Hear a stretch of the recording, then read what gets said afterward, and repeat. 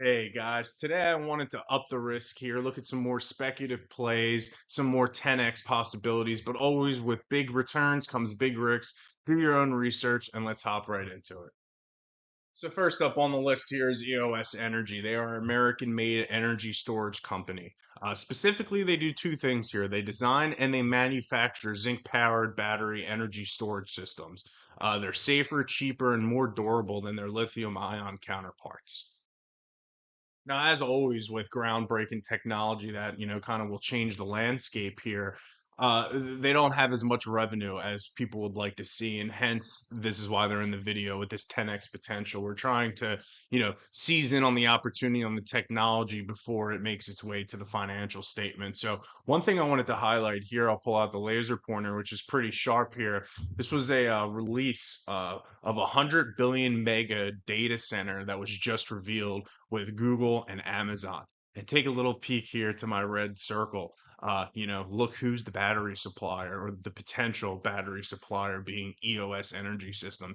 I mean, having them locked in the deal makes you think one, the credibility to their technology and how it has the real world implications. And two, you'll see in the next slide their backlogs, which not their backlog, their pipeline, which shows the opportunity for them to capture some more revenue streams going forward. We'll hop right into that now. These projects EOS Energy gets aren't going to be, build it tomorrow and we're done. These are very long cycle projects, which is to the benefit of the company. And when you look at their commercial pipeline, which is, not yet secured under contract in bid, they're at 18.8 billion. I mean, even if you can only secure 10% of that, that's 1.8 billion. You'd almost triple your order backlog. And you look at the order backlog, what is under contract, and it's up to 672 million when our run rate based off of Q2 2025 numbers is 60 million.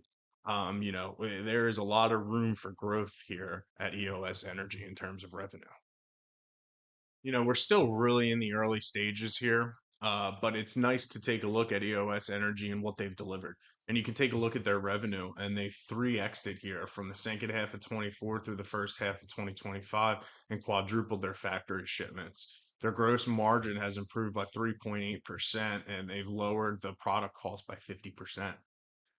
Their adjusted EBITDA margin went up 7.5%, and they'd have 2x on their operating leverage. So they're delivering here across everything. They, although their margin's negative, they still are creeping up positive. When all those factory lines get installed by 2028, I mean, I think we're going to be ramping up here, and there's a tremendous upside when the public starts to catch on around 27, 28. And EOS Energy should keep rolling with the momentum here in terms of revenue because the government's subsidizing these build outs through the big beautiful bill, and it should help grow demand. You can take a second and pause the video, and here I've attached, a little screenshot to show you why companies are starting to buy more now. So I attached here just this current stock price all time. It's trading at 1260 now. When I was doing research on this video, it was more around the $10 range. It's already seen some upward movement. I do not think $50 is out of the question as long as technology continues to pan out. If they pick up that one of those data center deals here, with these hyperscalers like Google and Apple, I mean, and they're the battery provider. There's no telling they're going to start getting priced like big tech. All right, next up here is Soundhound AI. It's built on a foundation of 190 plus patents. They're and a growing data network called the Collective AI. The platform allows car makers, restaurants, all type of providers to offer voice interfaces while they're able to keep control of their brand and their data. No Alexa, no middleman, and that independence right there is the company's moat. Big brands want voice interfaces, but they don't want people to have access to their data. So, what is an example of what SoundHound AI is even doing? The most obvious that I can think of as you start to think of fast food and they move more towards the AI train and focus less on employees. Take a look at this screenshot here from a recent expo.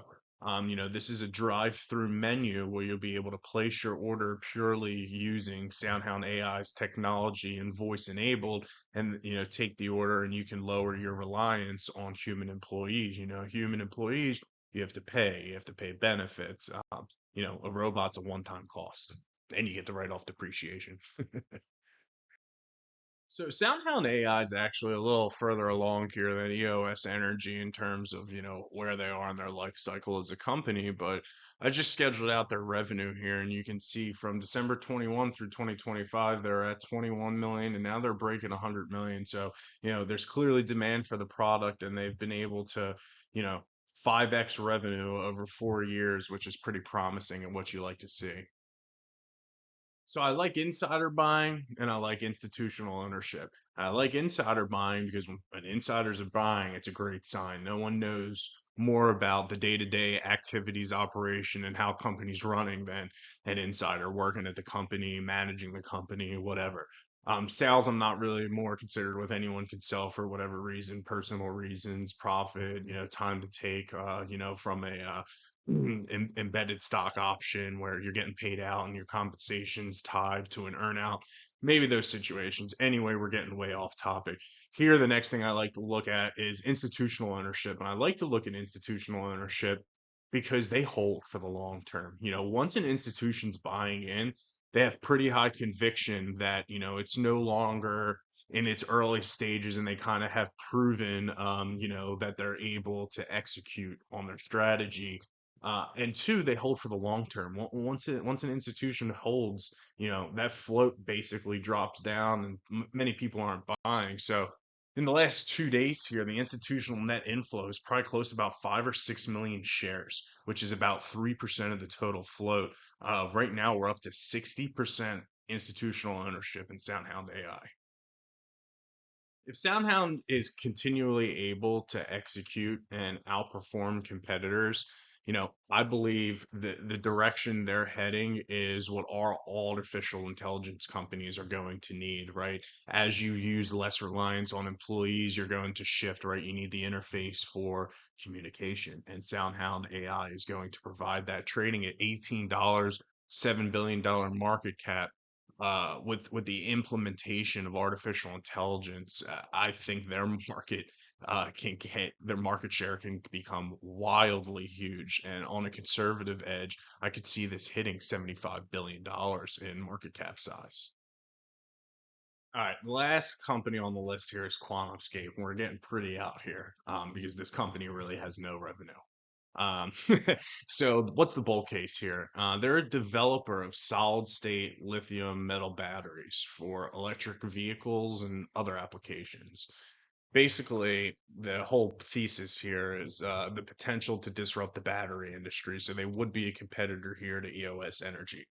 Uh, they've had recent manufacturing breakthroughs and partnerships, which, help reduce the execution risk for management and position it to, for commercialization. So what breakthroughs have they had that's positioning them here for commercialization? Well, they had their tech lineup on display. It was a separator, which is a QSE5 battery cell and full battery module.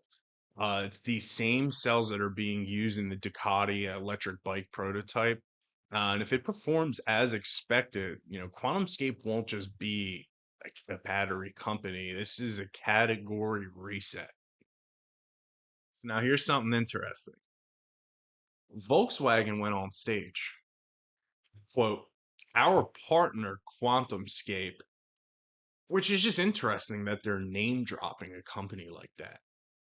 It makes you think, what does Volkswagen know that we don't, that they are so forward to go ahead and name drop QuantumScape as their partner in the next generation of their electric vehicle vision? So let's just take this a step further.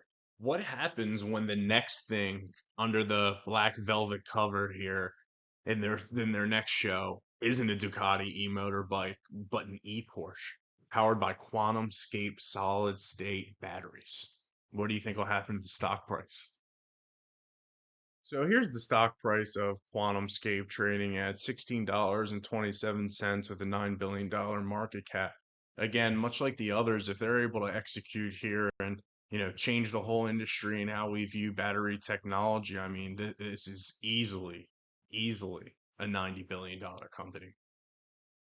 So that's all I have for you guys. Always remember with these risky stocks is kind of unlike my other videos in the sense that there's immense risk here. And with immense risk comes immense upside. You can't be willing, to risk 50% gains and not be willing to accept 50% losses. It's just how it goes. So again, thanks. Hope you got something out of this one. I'll see you next time.